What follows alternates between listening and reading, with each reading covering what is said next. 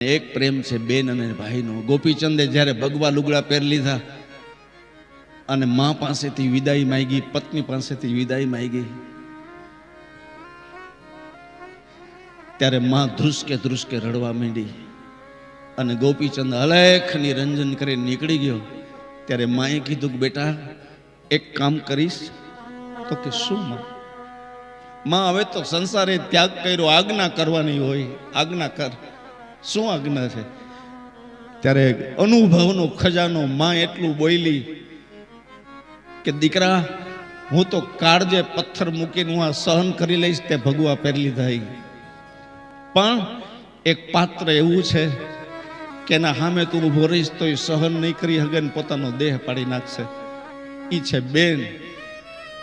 દેશ રે જાજે ને દીકરા પરદેશ જાજે. તારે જ્યાં જવું હોય ત્યાં જાજે, પણ એક માની પ્રાર્થના છે,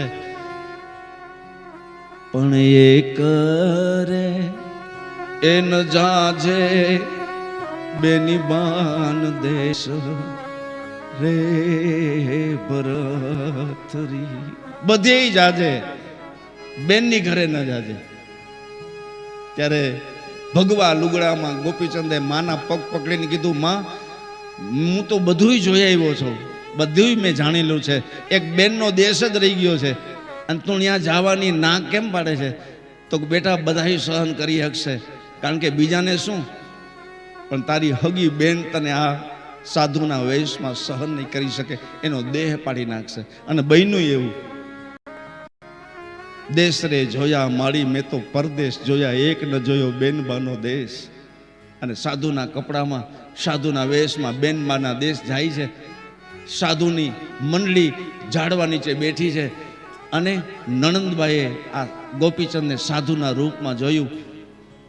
એ કર્મ છુપે નહીં ભભૂત લગાયો. ઉજળા કુળમાંથી સાધુ થઈ ગયા હોય ને, એ સાધુ થઈ ગયા પછી કપાળની અંદર રાજયોગ એમને દેખાતો હોય. તો નણંદબાઈએ કીધું, ભાભીમાં, હા તારો ભાઈ સાધુ થઈ ગયો. ના, બે કાન આડા હાથ રાખીને બેને ચીસ પાડીને દોયડી છે. બે સાધુ થયેલા ભાઈનો હાથ પકડીને ઘરે લઈ આવી. સાધુ થયેલા ભાઈનો હાથ પકડી અને બેન ખેંચી ઘરે લઈ આવી. ગોપીચંદ ઢસલાય છે, બેન ખંભા ઉપર હાથ રાખીને ગોપીચંદને ઘરે લઈ જાય છે. આખી સાધુની ફોજ ગોપીચંદની પાછળ આવે છે. ઘરે રાજમહેલમાં બધા આવે છે.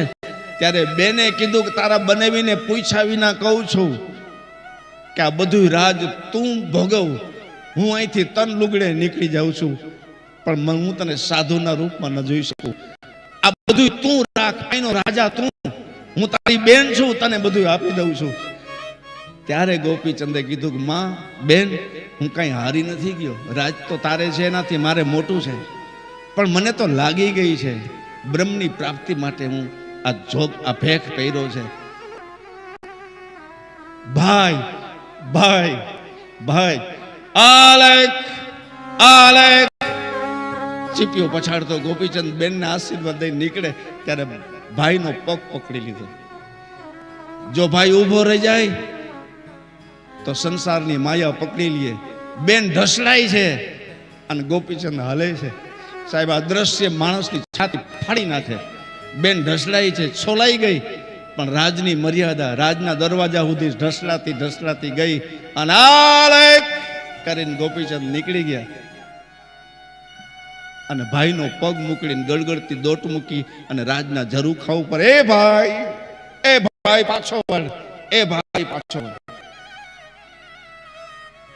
ગોપીચંદ પાછા ન વળ્યા. છેલ્લા માળા ઉપર જઈ અને અધર પગ કરીને કીધું, ભાઈ પાછો વળ. ત્યાં પવનનું જોકું આવ્યું ને બેન ત્યાંથી સીધી હેઠી પડી, માથું ફાટી ગયું અને બેન મૃત્યુ પામી. જોગીની જમાત વૃક્ષ નીચે બેઠી છે, ત્યાં કોઈ સમાચાર આપ્યા, ગોપીચંદની બેન મૃત્યુ પામી. સાધુ થયેલો ભાઈ સ્મશાને જાય છે.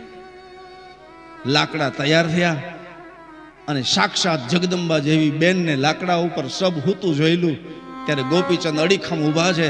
જો રડે તો માયા સ્પર્શી જાય. ગોપીચંદને કીધું કે બેનને અગ્નિ સંસ્કાર આપી શકે ભાઈ, ભલે સાધુ થઈ ગયો, અગ્નિ સંસ્કાર આપો. હાથમાં લાકડું આપ્યું સળગતું, અને ગોપીચંદ એની બેનને જ્યારે અગ્નિ સંસ્કાર આપે ત્યારે ગુરુ જાયગા, ઠહેર જાઓ, પાણીની અંજલિ છાટ અને તારી બેનને જીવતી કર. ત્યારે ગોપીચંદે ગુરુને પ્રણામ કરીને કીધું કે મારામાં એટલી શક્તિ નથી. ત્યારે ગુરુએ કહ્યું કે તારામાં શક્તિ નથી, પણ તારો ગુરુ સમર્થ છે, તારા ગુરુનું નામ લઈને પાણીની અંજલિ છાટ. ગોપીચંદે હાથમાં જલ લઈ અને કહ્યું કે મારી ગુરુનો આદેશ છે, મારી બેનને જીવતદાન પ્રાપ્ત થાવ, બેઠી થાવ. જ્યાં પાણી છાંટ્યું ત્યાં આળસ મરડીને ચિત્તાના લાકડા ઉપરથી બેન બેઠી થઈ. મારે એ વાત કરવી છે, બેન બેઠી થઈ ત્યારે પણ આંસુ લૂછીને એક જ શબ્દ બોલી, જીવતદાન મળ્યું તોય એક જ શબ્દ બોલી, ભાઈ ભાઈ. સાહેબ, આ ભાઈ અને બેનનો સંબંધ છે, આ ભાઈ ભાઈનો સંબંધ છે, આ બેન બેનનો સંબંધ છે, આ બાપ અને દીકરાનો સંબંધ છે, આ બાપ અને દીકરીનો સંબંધ છે, આ મા અને દીકરાનો સંબંધ છે, આ બેન અને ભાઈનો સંબંધ છે. એ પરિવારને પકડી રાખજો. યાદ રાખજો, પરિવાર એ જ મોટી મૂડી છે, મોટું ધન એ જ છે. પરિવારમાં કોઈ દી વિખવાદ ન થવો જોઈએ. મોટો ભાઈ કંઈ બોલે તો નાના ભાઈ જાતું કરવું, નાનો ભાઈ કંઈ બોલે તો મોટા ભાઈ જાતું કરવું. આ એના માટે જ કથા છે. મોટો ભાઈ ન સમજે તો આપણે સમજી જવું, નાનો ભાઈ ન સમજે તો આપણે મોટા હોવા છતાંય આપણે હસી અને સંબંધને સુધારી લેવા. આ એના માટે કથા છે. કાંઈ ભેગું આવવાનું નથી સાહેબ, આ 2 દિનની જિંદગી છે.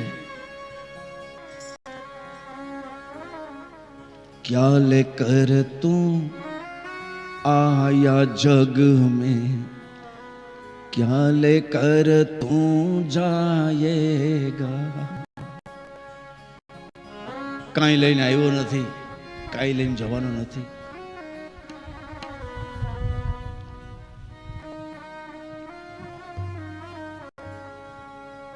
બધાને પ્રેમ કરો, પરિવારને. આપણો પરિવાર એ જ આપણું ધન છે. પરિવાર માટે જાતું કરો. સાચી મૂડી જે છે, સાચું ધન એ જ છે. અને ઘરે ઘરે હવે પરિવાર તૂટતો જાય છે. એ ફરીને સત્સંગ દ્વારા પરિવાર એક રહે, એના માટે આ બધી કથાઓ છે.